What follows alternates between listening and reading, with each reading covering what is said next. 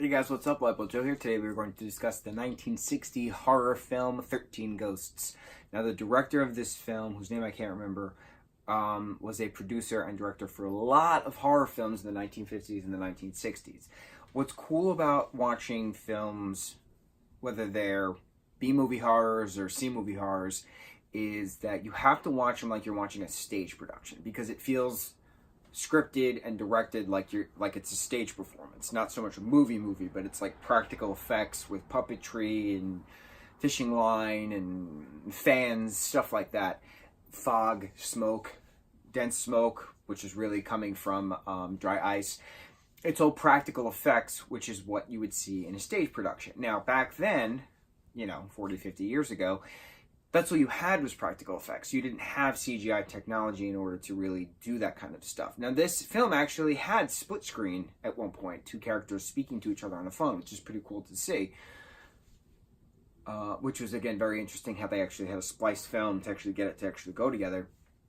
But the practical effects with the ghosts was fun because it's how the Haunted Mansion is within the Disney parks, is you have these puppets doing their things and you have light hitting them in a mirror, and then the mirror is reflecting onto a screen, which is then what you're seeing. So you're seeing the disembodied ghosts as these two-way mirrored things are happening. So it's neat seeing that. It's neat seeing these overly costume, overly make-upped individuals as ghosts, along with the puppetry, along with the sound effects, which are pretty terrifying, along with the visual effects of like blood splatters here and there, and the kid on the hunt for the money, and we followed this Zorba family who inherited Dr. Zorba's house.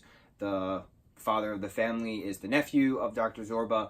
The caretaker of the house, Lane, is actually played by the actress who was the Wicked Witch of the West in 1939's Wizard of Oz, Warner Brothers' Wizard of Oz. And they kept calling her a witch, and at the very end she smirks and holds a broom, and it's very entertaining. It's a little nod to, her past role from 21 years prior to that particular film. So it's neat seeing these actors and actresses stay within the genres, from different 50s movies, different 60s movies, horror, drama, stuff like that. But again, it's fun watching it. Of course, there's a 2001 remake, which we'll talk about at a later time, which is great in itself, but it is based off of the 1960 version, 13 Ghosts. So it's about Dr. Zorba's collection of 13 ghosts. In the 2001 remake, they go into full detail of who these ghosts actually are. They don't actually go into detail into this, and aside from who's who, but not really like where they all came from and like what's their purpose and why he's collecting them, kind of a thing. Just like he wanted to collect them. That's really it. It's a very creepy movie because of the sound effects, because of the visual effects, because it's not computer generated images. It's all practical effects, and I like that. I really cherish the authenticity and the artistry that went behind all of the puppetry.